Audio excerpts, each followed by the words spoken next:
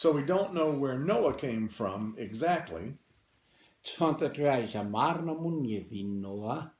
but we know that from the land of Sumer there was a story called Gilgamesh. Fa fantatra tao amin'ny faritry Sumer dia nisy ny tantaran'ny Gilgamesh.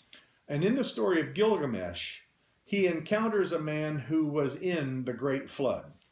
Dia misy tantarana lehilahy zay nisedra tao anatin'ny safin-drano. The man is not named Noah, he's called something else. Tsy Noa no anaran'ilay olona fa anarana hafa. But he tells the very same story that Genesis tells about Noah. Saingy tantara mitovy amin'ny tantaran'ny Genesis no nolazainy. So we know that the ancient fathers of Israel came from the land of Sumeria. Ny zatra fantatra fotsiny dia hoe ireo raiben'ny Israely dia avy any Sumer ny fiaviany. And the nation of Sumeria would produce great warriors. Ny tanin'ny Sumeria dia namokatra mpiantafika lehibe maro. And they are about the same time as Egypt. Ary dia fanindra fotoana tamin'ny tany Egipta izany. It's been a debate among historians for a long time as which civilization was first, Egypt or Sumeria. Nisy ady hevitra nitohy foana teo amin'ny mpandinika tantara hoe izany voalohany ny civilisation'ny Egipta vesan'ny civilisation'ny Sumeria. But we know that Sumeria would have the first impact on what would become Israel. Kanefa dia fantatsika fa Sumeria no isy fiantraikany voalohany teo amin'ny firenena izay antsoina hoe Israely. Because their language also had a great impact on the Hebrew language. Satria ny fitenin'ny Sumeriana dia misy fiantraikany eo amin'ny fiteny zanak'Israely. We talked about that in the first class. Ary dia niresahana tamin'ny klasy voalohany zany teo aloha. In the north part of Sumeria would grow up the city of Babylon. Faritra avaratr'i Sumeria no nisy ny tanànan'i Babylon. It would be a language known as Akkadian. Nanana fomba fiteny izay nantsoina hoe Akkadian. And it came from the great city called Akkad. Ary dia avy amin'ny lay tanàna lehibe nantsoina hoe Akkad izany. And Akkad became Babylon. Ary Akkad no lasa Babylon. And it was from Babylon who came the first real conqueror. Ary avy any Babylone no nisy ilay mpiantafika zay nanafika toerana maro. His name was Sargon. Ary ny anaran'izany mpiantafika lehibe zany de Sargon. And he became a conqueror of all of the Middle East. Ary Sargon dia nahazo nambabo ny faritry ny Moyen-Orient rehetra. From the Tigris River in the north. Any avaratra zany dia ny Tigre. Down to the Persian Gulf. Tonga hatraty amin'ny Golfe Persika. And also probably as far as the Mediterranean Sea. Ary dia misy milaza hoe hatrany amin'ny ranomasina Mediterranée.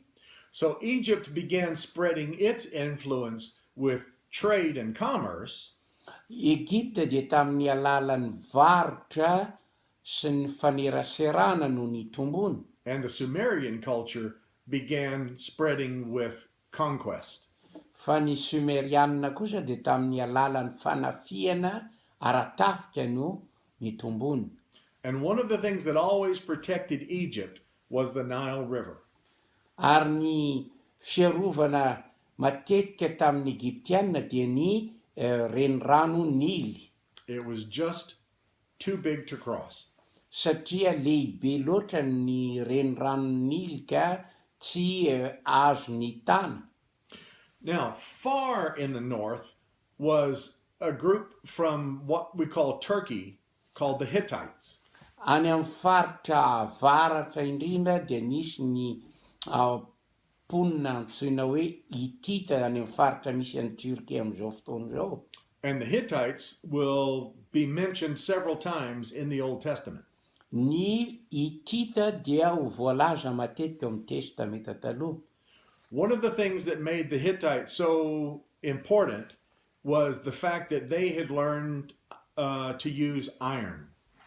Ny mampalaza ny hitita dia izy ireo no nanomboka nampiasa ny vy, metal. Some of the ages of the ancient world are referred to as the Copper Age or the Bronze Age or the Iron Age. Ny tantara ao amin'ny testamenta taloha sy ao amin'ny tantara dia nitondra ny anarana hoe fotoanan'ny bronze, dia fotoanan'ny cuivre, dia fotoanan'ny acier, fer afa-tsy acier. Copper can be found in the ground. Ny cuivre dia hita ao anaty tany. It can be melted and poured into molds and shaped. Ny cuivre dia azo atsipy ao anaty afo, arendrika ao anaty afo, ary dia rehefa avy eo azona endrika endri-javatra ilaina. And copper was good for keeping the shape of an arrow tip. Ny cuivre dia azona ampiasaina ho lohan'ny inona moa filazan'izany, flèche na tsipika. But it was very soft.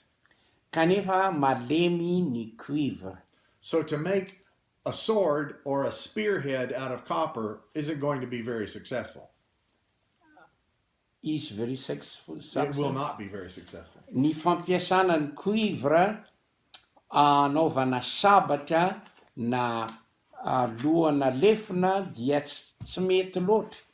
So they decided if they could blend copper and tin, they would make bronze. Raha ohatra ka nieritreretin'zareo zany hoe raha akambana ny cuivre sy ny tin, ohatran'ny to karazana cuivre raha ihany ny tin, dia manome ny bronze. And bronze was much harder than copper. Ary ny bronze dia matanjaka kokoa noho ny cuivre. It made good swords and good spearheads. Ary dia azona ampiasaina anaovana sabatra ary koa lohana lefina.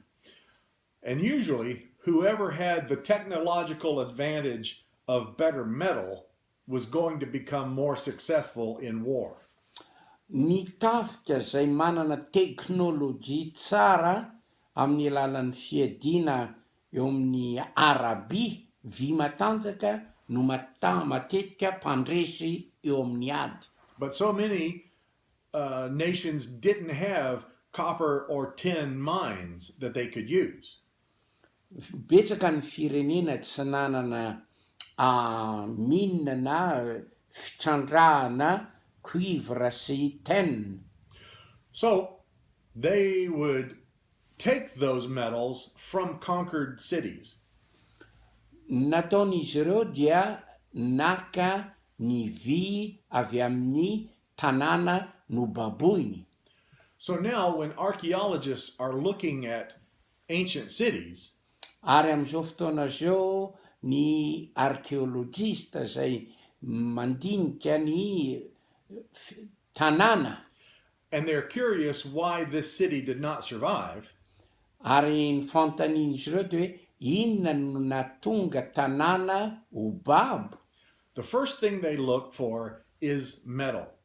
Ny zavatra voalohany izay jeren'izy ireo dia ny hoe nanana vy ve izy ireo.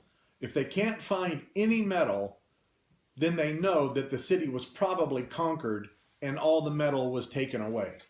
Ary rehefa hitan'izy ireo hoe nisy vy tao dia fantatra izy ireo hoe rehefa resy ilay tanàna dia nalain'ny olona ny vita ao amin'izany tanàna izany. If they died from a volcano, you could still find the metal. Ary ohatra hoe misy tanàna izay potiky ny volkana dia hita ao anatin'izany volkana izany ny vy izay nampiasain'izy ireo. If it was disease or starvation or flood, you could still find the metal. Ary raha ohatra ka hoe aretina mandringana no nasimba ilay tanàna na ohatra hoe safo-drano dia mbola hita ihany ny vita ao amin'izany tanàna izany. But if you can't find any weapons or pots or cups of metal, if all of the metal was gone, that was conquest. Fa rehefa tsy misy vilia, tsy misy tavy, tsy misy fiadiana intsony ao anatin'izany tanàna izany a, dia manambara izany fa tanàna voatafika voababo izany. So the Babylonians and the Sumerians, they had bronze. Ny Babyloniana sy ny Sumeriana dia nanana bronze. The Egyptians had bronze. Ny Egyptiana dia nanana bronze. But when the Hittites developed iron, then for a long time, they were the conquerors. Fa rehefa nanomboka nanamboatra ny vy, fer, ny Hitita, dia izy ireo no nanjary ho mpanjaka, nanjaka ho matanjaka. But once the Sumerians and the Sumerians and the Egyptians develop iron on their own, then the Hittites disappear again. Kanefa rehefa nanomboka nahay namboatra vy ny Egyptiana sy ny Sumeriana dia nanomboka resy ary tsy hita intsony ny Hitita. It has always been through history, and still today, whoever has the best weapons, whoever has the most modern weapons, are going to be the most powerful. Izany ihany no zavatra tantara mitohy mandraka ankehitriny. Izay firenena manana fiadiana tsara sy mahery vaika, ireo mandrakariva no firenena mandresy sy manjaka. In fact, in Europe, in what was called the 100 Years' War, the English had developed a weapon that everyone thought was the doomsday weapon. Tamin'ny guerre des 100 ans tany Europa, ny Anglisy dia afaka namorona fiadiana izay noheverina tamin'izany fotoana izany hoe fiadiana izay anapotika ny tontolo. It was called the longbow. Ary izany dia nantsoina hoe longbow. What is that? Longbow is about 6 feet tall, and they could have a great draw on the sword, on the arrow, and they could shoot it far, but it was so strong, it would pierce through armor. Nisy zany tsy fantatro amin'ny teny frantsay le izy no antsoina hoe arbalète, izay azo lazaina hoe tsipika lehibe ary afaka mandefa tsipika mahery vaika sy mandeha lavitra, ary na dia ny fiarovana aza dia potika izany tsipika izany. So these French knights with this very expensive armor could now be killed by a poor English peasant with a longbow. Noho izany dia ohatra tamin'ny guerre de 100 ans, ohatra hoe misy miaramila frantsay izay matanjaka dia mety resy ny tantsa anankiray izay manana io arbalète io. For the French, they thought that was the end of the world. No frantsay dia nihevitra hoe zay ny faran'izao tontolo izao. But in the ancient world, most of it is going to be short arrows and slings throwing rocks. Fa tamin'ny andro taloha dia tsipika fohy ny tsipika ary inona moa izy teo vato atoraka amin'ny tsamitady. The sling was a very inexpensive weapon. Ny antsamitady dia tsy andaniam-bola firy. Remember the story of David and Goliath. Fantatsika ny tantaran'i Davida sy Goliath. Goliath was a great warrior. Goliath dia tena miaramila mpiatafika miezinezina. He had the body armor. Nanana fiarovana amin'ny tenany izy. He had a metal helmet. Nanana bouclier vy izy na inona ny filazan'ny bouclier vy. He had a huge shield. Ary dia tahaka izany koa ny bouclier averiko indray mandeha. And a sword and a spear. Dia nanana sabatra izy ary nanana lefina. All David had was a little piece of leather tied to string. Ny zatra nananany Davida dia hoditra kely mifatotra amin'ny tady. And small stones that he could pick up from the ground. Ary dia vato izay azo nalaina avy amin'ny tany.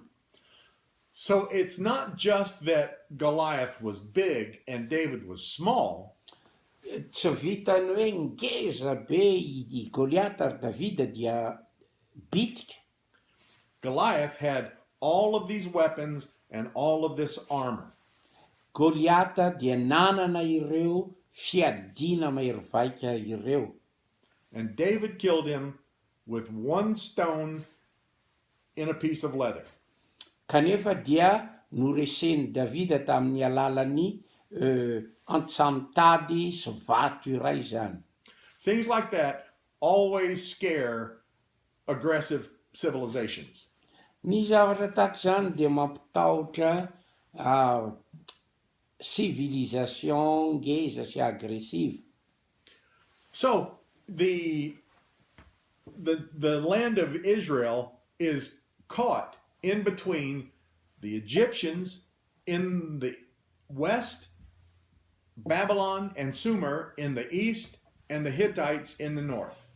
Israely dia tafalenika teo fovoan'ny Egyptianina aty andrefana ny Sumerianina taty atsinanana ary ny Hittita tany avaratra.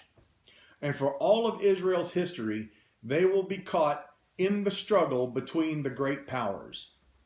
Any tantaran'ny Israely dia milaza ny voarotika na voasaratsaraka eo fovoan'ny firenena matanjaka Israely. For the times of the Old Testament, it's mostly Egypt and Babylon. Tamin'ny taonan'ny testamenta taloha dia Egypta sy Babilôna izany. But there will also be a kingdom that comes from the north of Babylon called Assyria. Fa misy ny firenena avy any avaratra Babilôna izay antsoina hoe Assyria. And the Assyrians won't show up in history until about 850 BC, 850 BC.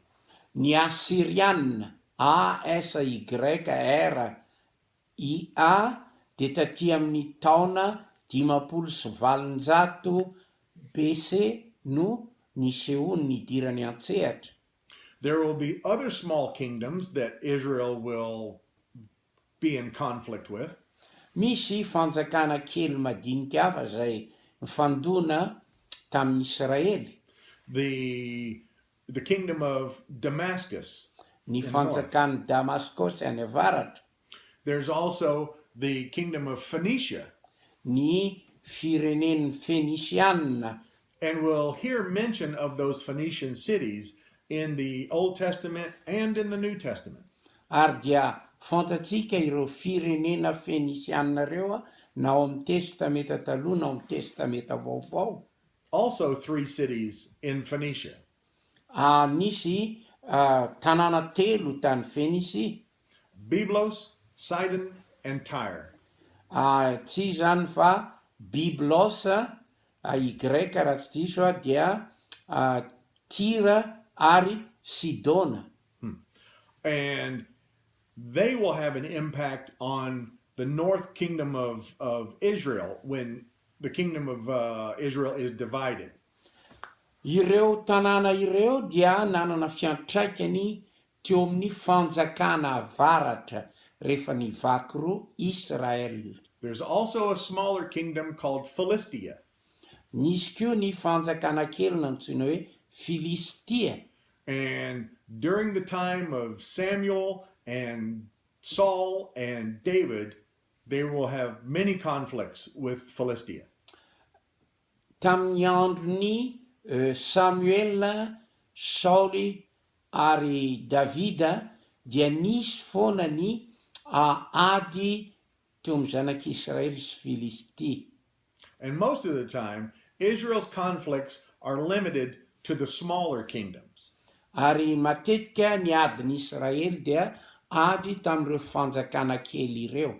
The larger empires of Assyria and Babylon and Egypt will usually work out an agreement with them. Ny fifandonan'ny Israely tamin'ireo firenena lehibe tahaka ny Syria, Assyria, Babylone, Egypta dia natao mandrakariva tamin'ny alalan'ny fifanekena diplomasia. That is, until the time of Nebuchadnezzar. Ary zany zavatra zany dia nitoy hatrany amin'ny fotoana niaviany Nebukadnezar. Nebuchadnezzar will destroy the kingdom of Israel. Nebukadnezar dia napotika ny fanjakana firenena Israely. And the people will be taken off into captivity in Babylon for 50 years. Ary dia hoentina babo any Babilôna 50 taona ny zanak'Israely. So the whole history of Israel is caught between great powers.